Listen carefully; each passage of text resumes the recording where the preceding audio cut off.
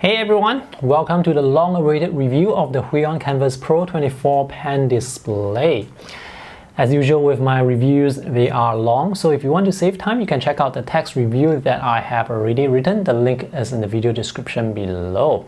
And you can also use the timestamps to jump to different sections of this video. First of all, disclaimer, this is a review unit that Huion has sent over to me. I do not need to return this, but I'm not paid for this review.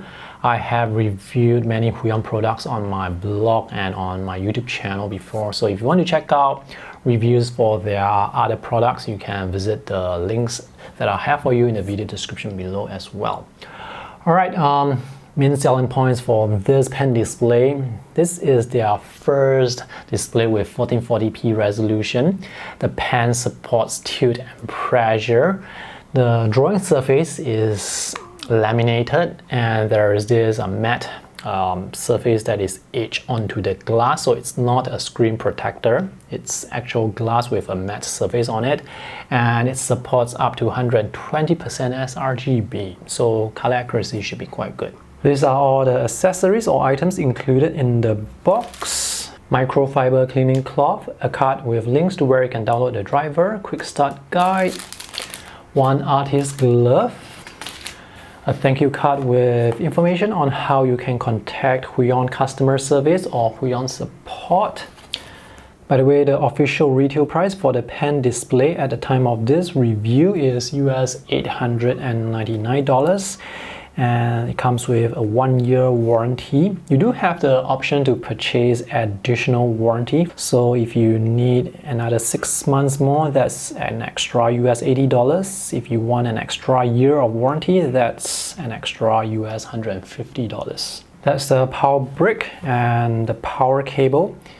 You do get to choose which head you need from the Huion web store. USB data cable that needs to be connected to a computer so that the pen can be recognized. The Kamvas Pro 24 supports 3 connections: HDMI, VGA, and DisplayPort. So the DisplayPort cable is not included. This is the pen and the stand that's included. The build quality of the pen, it's excellent, has good weight to it, and is very comfortable to hold with the large rubber grip here.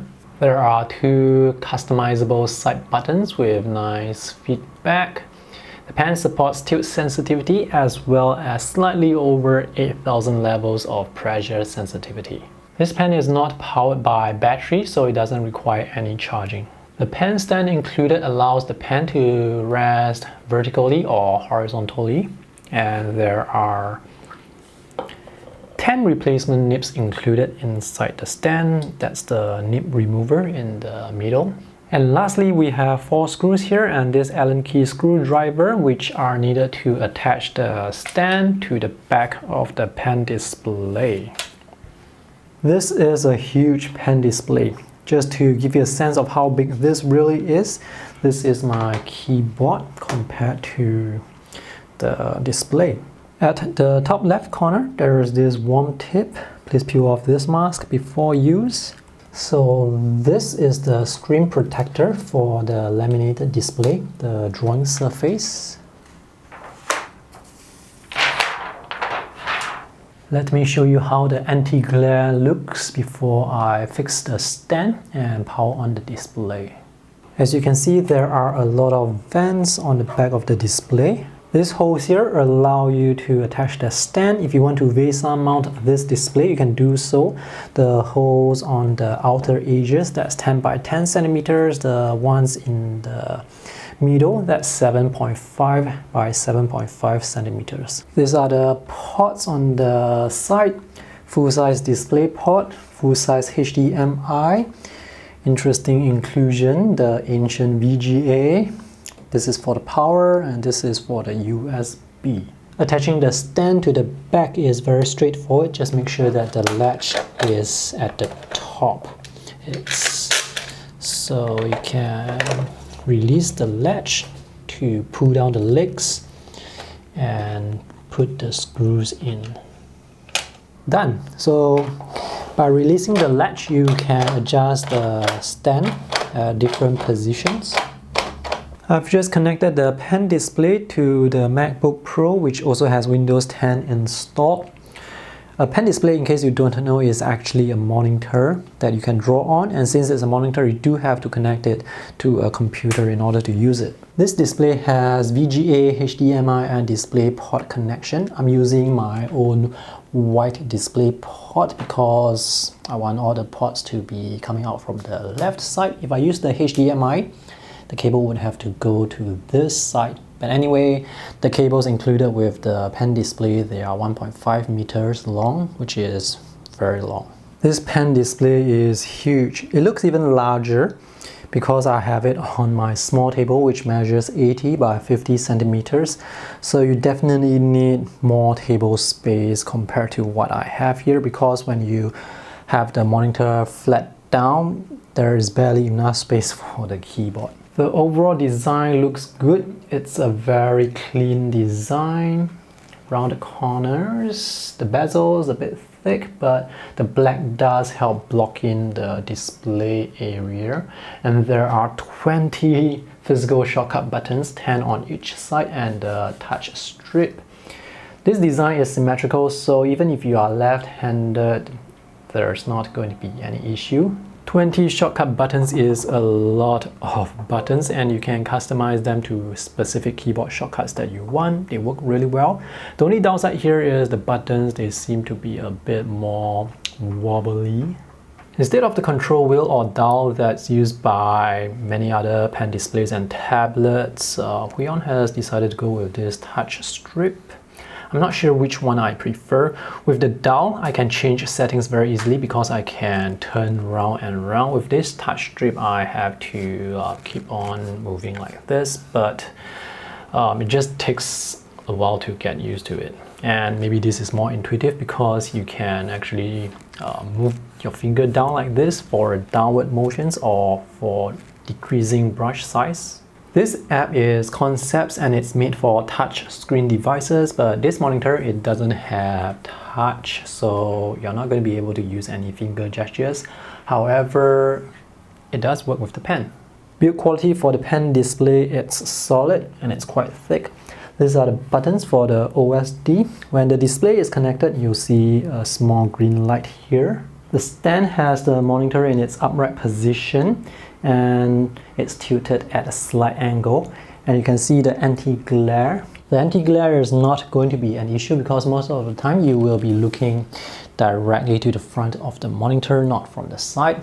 And the viewing angles are quite good. The colors, they don't shift much even if you view from the side. This is the monitor at its lowest angle. So the bottom of the monitor is actually not in contact with the table. The monitor is resting on the stand, so there is slight wobble, but it's still very stable. When you prop up the monitor slightly, as long as the bottom feet or the base of the monitor is in contact with the table, it's going to be very stable. When viewing the display from the front, you're not going to notice any glare, even though right now I have strong sunlight source coming from the side. The colors look fantastic. I have already color calibrated the display and I measured 99% sRGB and 81% Adobe RGB. On Huion's website, they say this supports up to 120% sRGB, but my color calibrator is not good enough to measure beyond 100% sRGB. Right now, I'm running the display at maximum brightness, which is measured at 158 nits. I wish it could be brighter, but 158 nits is sufficient. This is Huion's largest pen display. It measures 23.8 inches and the resolution is 2560 by 1440. So it has the highest resolution among all the pen displays that Huion is currently selling. Just to give you an idea on how big this drawing surface is, this is a piece of A4 paper. And you can see you can place two pieces of A4 side by side and still have some space here. So if you are working with an A3 canvas, you can actually view the A3 on this display at 1:1 ratio. The increase in resolution from 1080p to 1440p is a significant upgrade that makes everything look sharper. Things like icons, text, user interface, they all look sharper and more detailed. So with 1080p, you can see the pixelation is more obvious and it even looks a bit blurry in this case. The increased resolution also gives you more desktop space to work with. So notice the area that's taken up by the palette. I'm going to place a blue tag here just to let you guys know how much space those palettes are taking up before I switch over to 1080p. With 1080p, the pixels are going to be bigger, so the palettes are going to take up more space. So you can see this extra space that's taken up by the palette here and here. With 1440p, the palettes take up less space, which means you can actually put more palettes on the display and still have a good amount of canvas area to work with. So now you don't have to hide the palettes away. You can have instant access to your tools. Personally, for me, the extra resolution is the main selling point for this pen display. This is a laminated display, which means there is not supposed to be any gap between the line or the cursor and the pen tip. However, if you were to look very close, you can actually spot a tiny gap, but you probably won't notice that unless you are specifically looking out for it. And I have calibrated the cursor and the pen here for this particular video to let you guys see how it's going to look in real life when you are drawing. Basically, when you are drawing in real life, the line will look as if it's coming out from beneath the pen tip, which looks really nice. Another selling point for this pen display is the drawing surface. It has a very nice matte texture to it. So when you are drawing, there is this really satisfying tactile experience.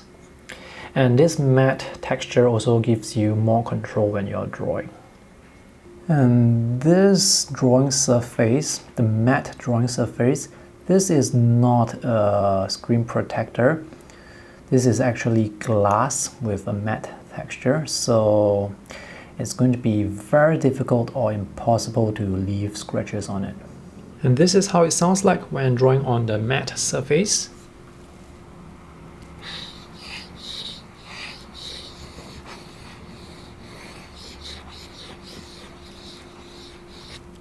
Let's see what you can change with the OSD. So right now it's running at 1440p at 60 Hz.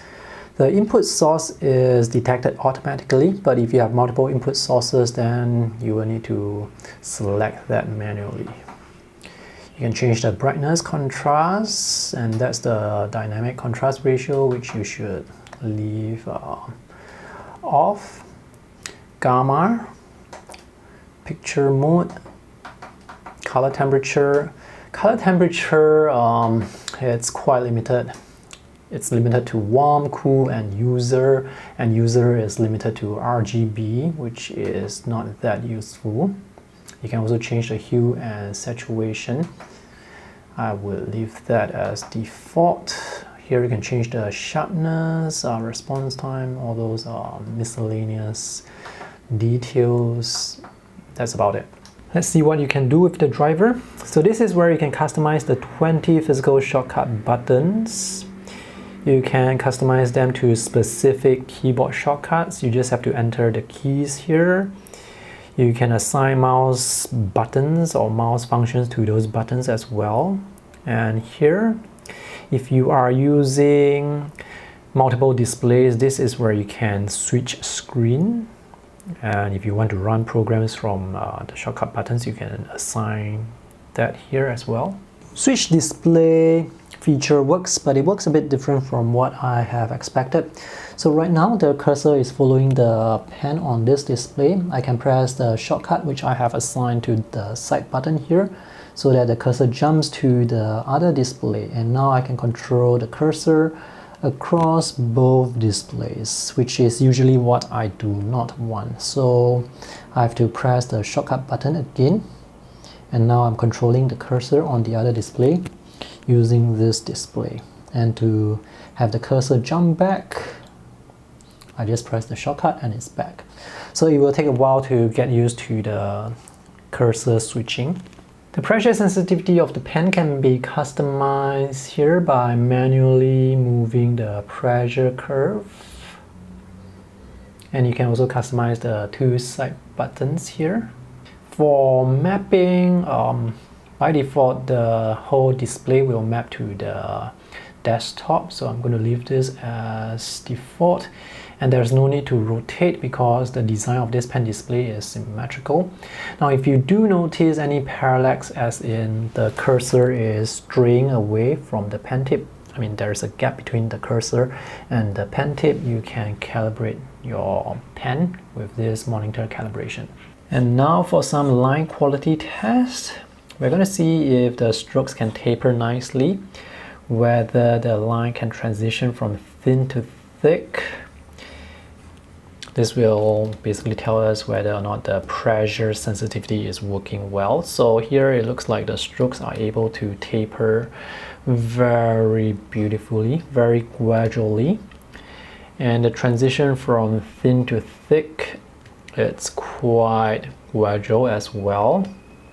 And when the line is turning, there is no angular turns, so this is good.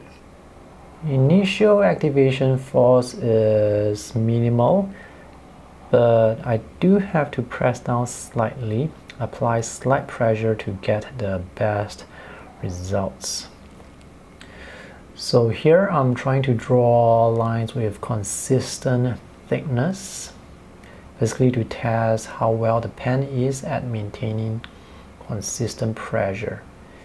And it looks like the pen is able to maintain consistent pressure quite well. Doesn't seem to have any issues with slow diagonal lines as well.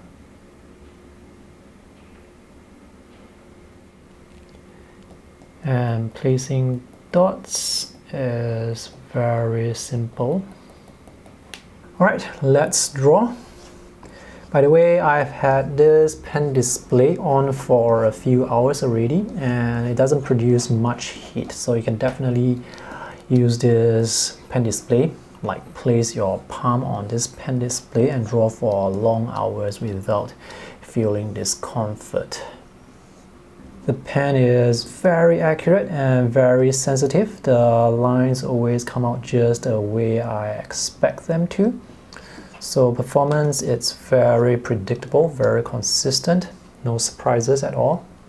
Because the pen is so sensitive, even if you're using a big brush, you can still draw thin lines very easily by applying very light pressure.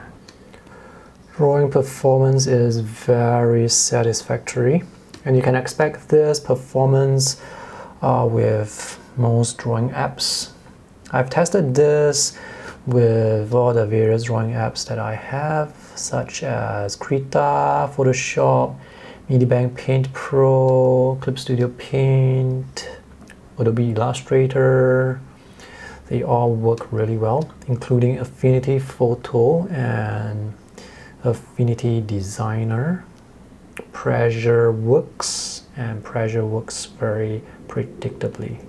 Because this drawing surface is so big, if you're someone who draws with big movements, you're not going to feel restricted at all because of all the space. I'm drawing my 2-year-old kid, by the way. And this is how she holds her brush. I did not experience any glitches, so the drawing experience, it's very smooth. For those who like to put a lot of palettes on the display when you're working, you're going to have a lot of space to put those palettes. Okay, so fantastic drawing performance. Oh, last thing I want to show you is tilt sensitivity. This software is Krita. Pay attention to the shape of the cursor as it follows the direction of the pen. So tilt, it works very well. With some pen displays, when you have the pen close to the edge of the display, the tilt will stop working, but here sometimes it works, sometimes it doesn't.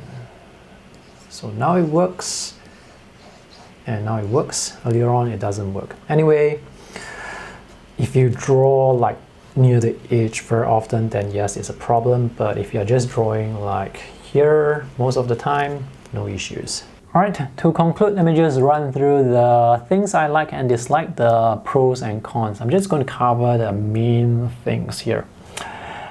Things I like: the design, it looks good, build quality is solid, there are 20 physical shortcut buttons, which is a lot, but the main selling point here really is the screen, the display. It has good color accuracy, 99% sRGB support.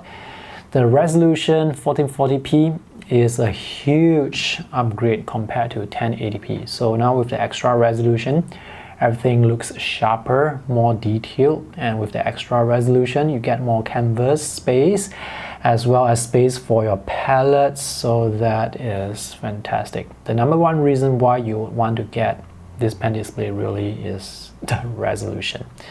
And the drawing surface, it's very nice. It has a nice matte texture to it. It gives you a very tactile experience when you are drawing. And this is not a screen protector, so chances of scratching the glass surface, it's very minimal to impossible. So those are the main things I like about this pen display. Things I don't like, brightness could be better. Maximum brightness is 158 nits as measured. It could be brighter, but it's sufficient. Another downside is when the pen display is laid down flat, it rests only on the stand, so when you're drawing, it wobbles slightly. It's not as stable compared to you raising it up slightly. And the other downside I can think of is the connection. They have HDMI, DisplayPort, great, but for some reason they included VGA. It would be significantly more useful if they have included USB-C. So those are the three downsides I can think of. Ultimately, the drawing performance is fantastic. This works well with the various drawing software I've tested on Mac and Windows. Pressure and tilt works great. The line quality, the line performance is very consistent, very predictable, no surprises there. So the overall drawing experience is definitely right up there. Alright, so that's my review. If you guys have any questions, let me know in the comment section below. Thanks for watching. See you guys in the next video. Bye!